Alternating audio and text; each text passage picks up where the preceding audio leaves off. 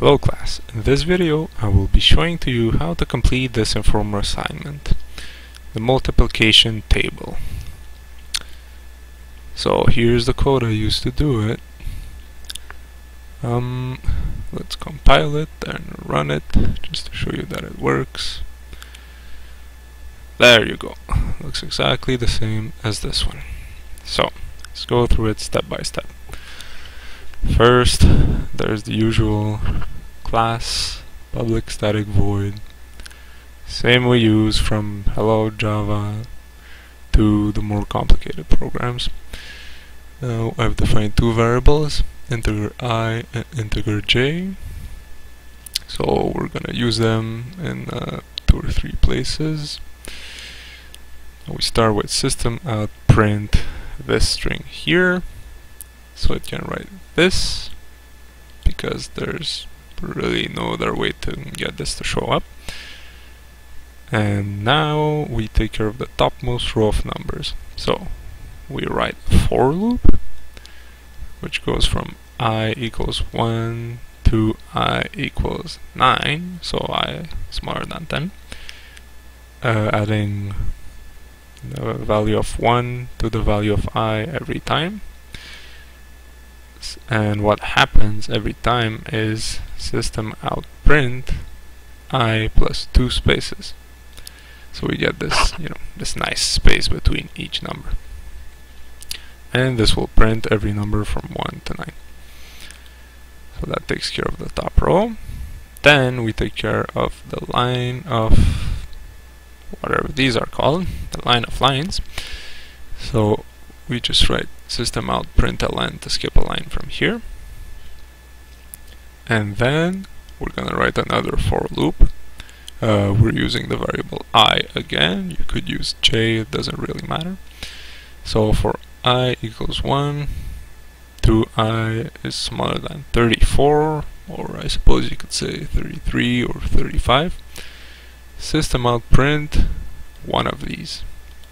And what the program is going to do is it's going to print, like 3 dozen of these. So you get this nice line. Then next thing you do is system out print. This is meant to skip a line from here to here, and 1 bar space, whatever you want to call it. Because once again, and I'm not sure if this could be done another way, but this part and this part, you just gotta add them as strings. There's no loop or whatever that will work. Now onto the multiplication table. This was already shown in class right here, but I made a little change so that it looks better, of course. So let's explain. So you have the same loop here, loop within a loop. So for I equals 1, I is smaller than 10, increment by 1. Same thing for j within that one. You'll have an if and else within these two nested loops. So if the product of I and j is smaller than 10, so 1, 2, 3, 4, 5, 6, 7, 8, 9, you're gonna print the product of the values of I and j plus 2 spaces. Else you print the product of these values plus only 1 space. The reason for that is that you want the table to look nice, so when you only have 1 number, you want 2 spaces, but if you have 2, you only want 1 space. That way everything looks even. Right, so that takes care of the table. Then the only part that's unaccounted for in the original program is the row of numbers to the left. This one is simple, and the way we do it is a statement that's gonna work after every time this loop works.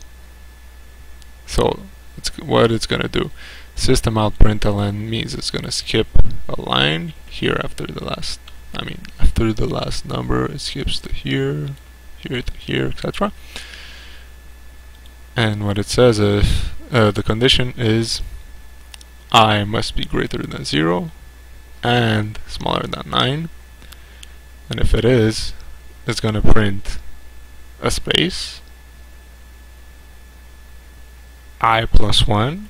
So it starts from 2 and finishes at 9, plus a bar and some more spaces so that it looks good. Reason why I said I plus 1 instead of just I is because, remember, I put this part as a string here. So actually this whole little piece of program starts here with 2.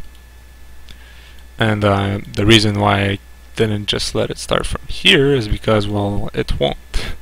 It only starts acting after the first time this loop is implemented, and this means this. So it only starts from here. Maybe there's another way to do it, but that's for you guys to find out.